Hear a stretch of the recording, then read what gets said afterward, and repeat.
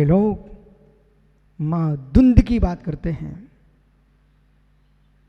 जिन शासन निर्द्वंद की बात करता है।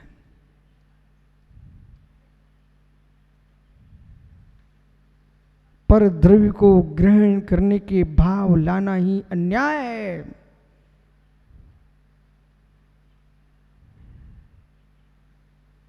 पर द्रव्य को ग्रहण करने के भाव लाना ही अन्याय है। द्रव्य क्रम, भाव क्रम, नो क्रम तक को, भाव क्रम तक को अपना मानना एकांत से अन्याय है। फिर मेरा यश, मेरी कीर्ति, ये मेरी वस्तु हुई कब है? बालकों, समझ में आ रहा है? बालकों, देह के भस्म होने के बाद राख भी नहीं रहने देते लोग, या तो गड्ढे में डाल देते हैं, नदी में छोड़ के आ जाते हैं। राख भी नहीं देखना चाहते तुम्हारी, राख भी नहीं देखना चाह रहे। आजकल तो राख तो ठीक है, मुर्दे को देखने को नहीं मिल रहा आदमी को। एक कोरोना के काल में पता ही नहीं चल रहा कि तुम्हारे कौन संबंधी कहां गए। पेटी बंद, अब बेटा तुम दूसरे देख लो, पेटी पड़ी हो वहां पर।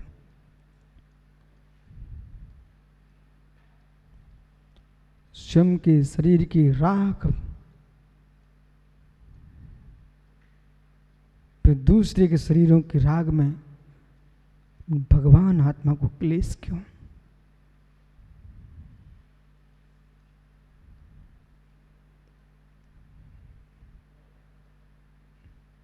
जब तक ऐसा बैराग नहीं आएगा, घर छोड़ने वाला बैराग तो लाखों को आता है। घर छोड़ने वाला वैराग तो लाखों करोड़ों को आता है। भीतर के अंदर राग देश की न्याय नीति को छोड़ने का भी बैराग लाना पड़ेगा।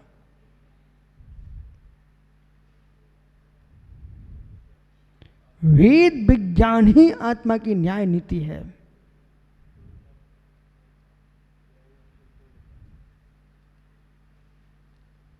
विष्णु सागर जी, हे मित्र,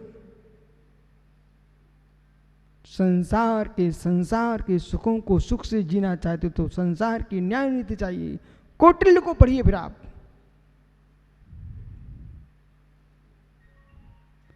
आत्मा का न्याय चाहिए, आत्मा का सुख चाहिए, अतीन्द्रिय आनंद चाहिए है, तो कौटिल्य को छूने का नहीं। एकमात्र भेद विज्ञान, एकमात्र भेद विज्ञान, एकमात्र भेद विज्ञान।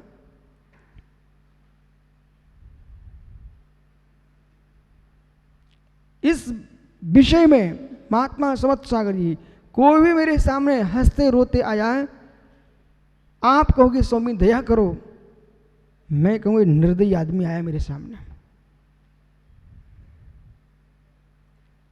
इस विषय में जो मैं आज बोल रहा हूं, मेरे सामने कोई रुदन करके भी आता है, मैं ये कहूंगा आपको स्वामी इस पर दया कर दीजिए। मैं यूं कहूंगा मित्र निर्दयी कैसे खड़ा यहां पर? रोने वाला घोर निर्दयी होता है। क्यों? इसको न स्वयं पर दया है इसलिए रो के दिखा रहा है, और न इस जीव को पर दया है, दूसरे को रुलाना चाहता है। यहां विषय पकड़ना। कसाय के आए बिना आंख में आंसू नहीं आ सकता। ये तो रागात्मक कसाय है, ये द्वेषात्मक कसाय है। इसके बिना कभी आंख में आंसू नहीं आता।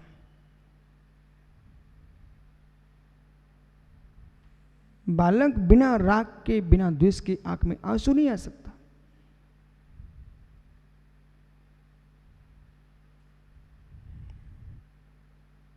यह है कि अज्ञानी लोग उससे प्रभावित अवश्य होंगे, उस पर दया भी दिखाएंगे, लेकिन तत्व ज्ञान को जान चुका है वही कहेगा ये कुछ नहीं, कसाय से लिप्त आदमी है।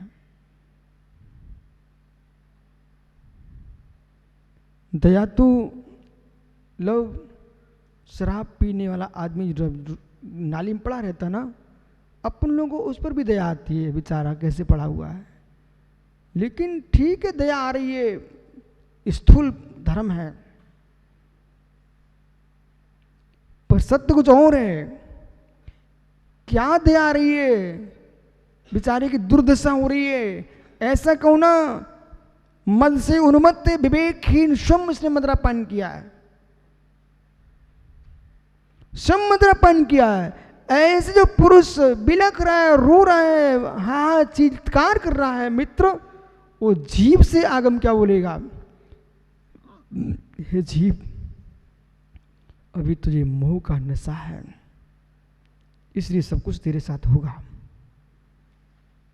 और जिस दिन मोह का नशा उतर जाएगा उस दिन तुम ये कहेगा, ओह मेरे चिद ब्रह्म को कौन दूषित कर सकता है, मेरे चिद ब्रह्म को कौन दूषित कर सकता है। दीपक भैया समझ में आ रहा है क्या, मेरे चिद ब्रह्म को कौन दूषित कर सकता है।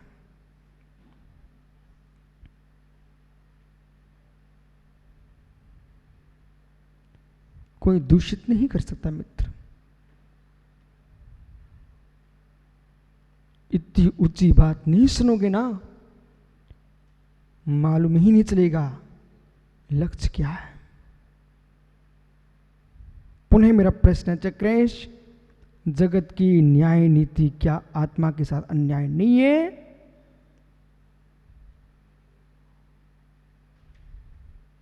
दीपक भाई पाटनी जी, क्या जगत की न्याय नीति आत्मा के साथ अन्याय नहीं है? आप अपने सगों के लिए न्याय दिलाने के लिए कोर्ट में गए थे, तुम्हारा अन्याय नहीं है? स्वीकार करो। आप कब जी पाएंगे ऐसे बात की बात है, लेकिन स्वीकार करिए आप तो।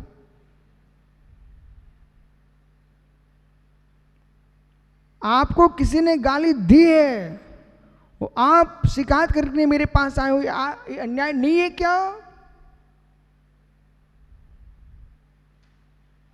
ये अन्याय है। ओह अब तो मुझे दिखने लग गया, अन्यायियों की संख्या बहुत ज्यादा है विश्व में।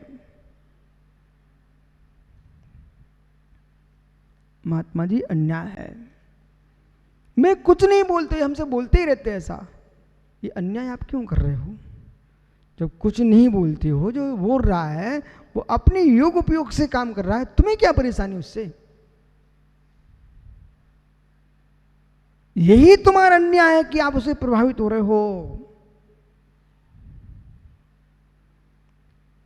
अब इस विषय पर कोई भी तत्वमनी से जीव यूं कहे कि स्वामी घर देखना है, कुटुंब देखना है, माता पिता स्त्री बच्चे देखना है, मित्र या तो द्रव्यानुयोग की बात मत करो, और द्रव्यानुयोग की बात कर रहे हो तो स्वीकार करो तुम अन्यायी लोग हो। क्यों देखना? बहाने तुम बना रहे हो, बहाने बना रहे हो, बहाने बना रहे हो कि लकड़ी से आग लग गई, ज्वलनशीलता। मेरे मित्र लकड़ी में अवश्य हो सकती है, पर ज्वलन धर्म जो है वो लकड़ी में नहीं है, अग्नि में है। ईंधन ईंधन है, अग्नि अग्नि है। महात्मा भोले जी, ईंधन ईंधन है, अग्नि अग्नि है। ईंधन अग्नि हुआ नहीं, ईंधन अग्नि होगा नहीं, ईंधन अग्नि था नहीं। इसी प्रकार से ज्ञानी, पर वस्तु तेरा मोह है नहीं, पर वस्तु तेरे मोह थी नहीं, पर वस्तु तेरा मोह होगी नहीं। मोह तेरे भीतर की कुदशा है, अशुद्ध निश्चय नेकी अवस्था है, रागादिक भाव है, ये तेरा विभाव है। अग्नि ईंधन को जलाती अवश्य है, पर अग्नि ईंधन नहीं है। ऐसी मोह पर वस्तु में जाता अवश्य है, पर वस्तु मोह नहीं है। पर वस्तु का नाश होकर के तुम मुनि नहीं बन पाओगे, मोह का नाश करके मुनि बन पाओगे। इसलिए अभी लोगों को घर छोड़ने का बैराग हुआ है, बैराग हुआ ही नहीं है अभी तो। घर छोड़ दिए हो, ब्रह्मचारी का भेष बना करके युद्ध करा रहे हो, घर छोड़ दिया है आपने, अभी आपको ब्रह्मचर्य आया ही नहीं है। जिस दिन ब्रह्मचर्य आ जाएगा आपको सर्व विश्व ब्रह्ममय दिखेगा, कोई तुमको शत्रु नहीं दिख सकता। क्यों लिंग को बदनाम कर रहे हो, क्यों भेष को बदनाम कर रहे हो? जिस दिन ब्रह्मचर्य आएगा बेटा मोदी, उस दिन किसी ब्रह्मचारी को, आहार को, मुनि को, आचार को विश्व में कोई शत्रु नहीं मिलेगा, मान अपमान का शब्द नहीं मिलेगा बेटा। जिसका चित्त विक्षिप्त है उसी का सम्मान अपमान होता है, जिसका चित्त विक्षिप्त नहीं है उसका न सम्मान है न अपमान है, जो है सो है। जितने देश के ऋषिगण हैं इन सबको समाधि तंत्र अनुशीलन पढ़ना चाहिए।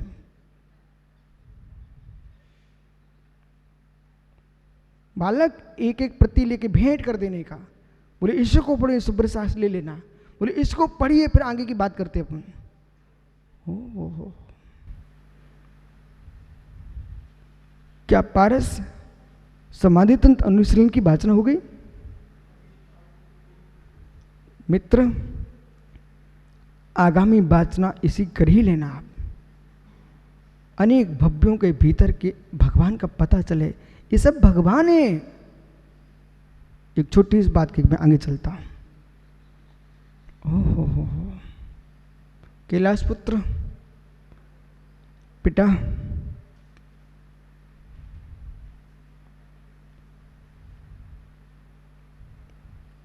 गोलू के पिताजी बहुत समय पहले स्वर्गस्थ हो गए। बेटा छोटा था, बहुत छोटा था, पर उन्होंने अपने भाई कैलाश से कहा, मेरे अनुज, मेरे बालक बहुत छोटा है, इसके हाथ में कुछ भी सौंपूंगा वो सब नष्ट हो जाएगा। इसलिए ये घर की दीवार है, इसमें हम जवाहरात भर दिए हमने और पूरा पैक कर दिया है। मेरा बेटा जब 18 वर्ष का हो जाए उसको आप बता देना। इतना कह करके बड़े भाई ने अंतिम सांस ले ली।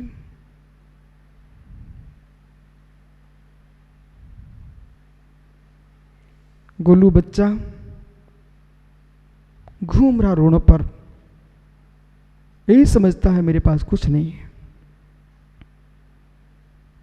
कुछ नहीं है। जैसे 18 वर्ष का होता है, उसके चाचा ने बुलाया, बेटा तुम तो मेरे से भी अधिक धनपति हो।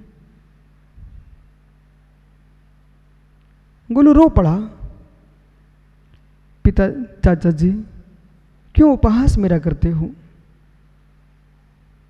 आपको क्या मिलेगा इससे? नहीं बेटा ऐसा नहीं है, उपहास नहीं है, सत्य कह रहा हूं। तुम्हारे पास बहुत संपत्ति है, तो चलो। अंदर कमरे में एक पुरानी दीवार थी, बेटा इसमें तुम हथौड़ा मारो। जैसे हथौड़ा मारा, गोलू की आंखें बंद हो गई। बोले ये क्या है? चाचा जी आपने मुझे इतने दिन तक ऋण पर ऐसे क्यों घुमाया जब इतना मेरे पास था। बेटा ये सत्य है तेरा है, लेकिन यदि मैं आपको 8 वर्ष की उम्र में बता देता तो तुम इसकी कीमत नहीं समझते, सब बर्बाद हो जाता। अब बेटा तुम इसको संभालिए, तुम गरीब नहीं हो, तुम बहुत बड़े धनपति हो, बहुत बड़े धनपति हो। बस बस बोला, मैं यही कह रहा हूं। जितने दिन तो तुमने गरीबी के दिन देख लिए तो कोई बात नहीं है, आज मैं आपको बता रहा हूं।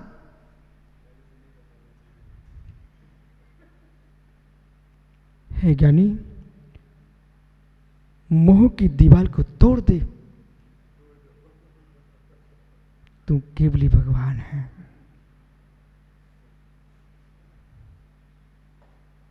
ये वस्त्र उतार के फेंक दो, तुम सभी निर्गंत मुनि हो।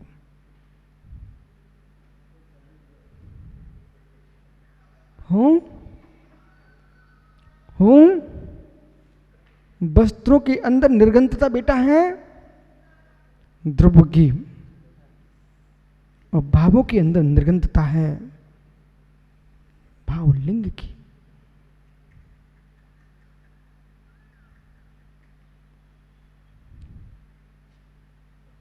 इसलिए जब जब साधक के मुख से किंचित मात्र भी राग देश का शब्द निकले, समझ लेना अभी गरीब है, अभी गरीब है, अभी गरीब है, गरीब है, बहुत गरीब है।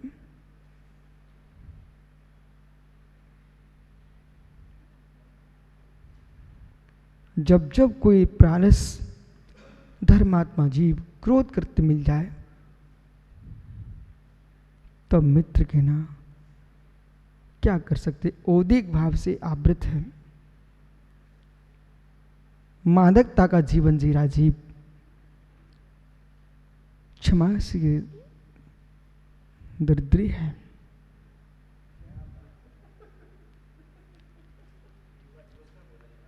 क्षमा से दरिद्री है, क्षमा से दरिद्री है। इसलिए बेचारा क्रोध के चने फांक रहा है, क्रोध के चने फांक रहा है, क्रोध के चने फांक रहा है। बेचारे को कहां चावल की खीर मिलने वाली है, क्षमा। सालीधान की खीर कहां उसके भाग्य में लिखी है, क्रोध की कंकड़ ही चबाता रहेगा। जैसे व्यक्ति को मान सताए तो यूं ही कहना बेचारे को कहां हलवा मिलने वाला है, ये तो मान की महिरी चाट रहा है, मान की महिरी चाट रहा, मान की महिरी चाट रहा है।